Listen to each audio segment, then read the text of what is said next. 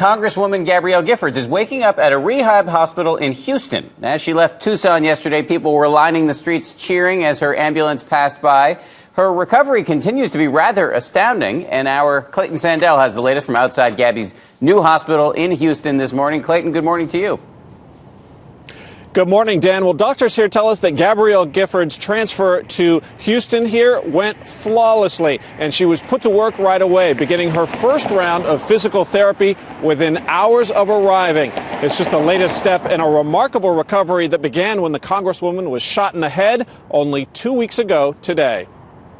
Giffords' recovery is speeding along, almost faster than the private jet that flew her to Houston. She looks spectacular.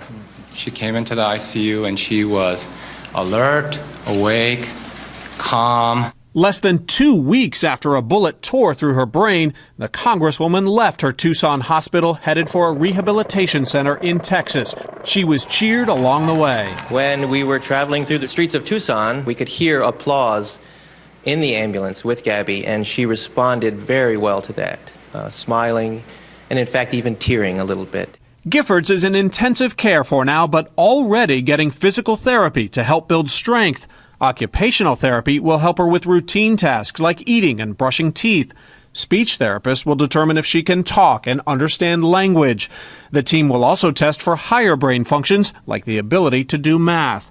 The bullet passed through the left side of her brain, which controls the right side of the body. That's where doctors say Giffords is still having trouble. On her arm at this point, we're not seeing much tone and we're not seeing any movements. Doctors hope therapy will fix that, but it won't happen overnight. It's more like a marathon or an ultra marathon rather than a sprint.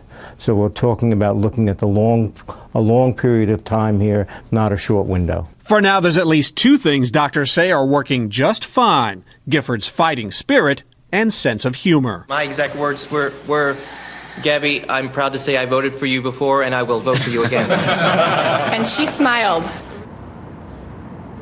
Now, Giffords will remain in the intensive care unit for the next few days. Doctors will decide early next week when she can be moved to a nearby rehabilitation facility that specializes in brain injuries. It's a place that Giffords could stay for the next 4 to 6 months.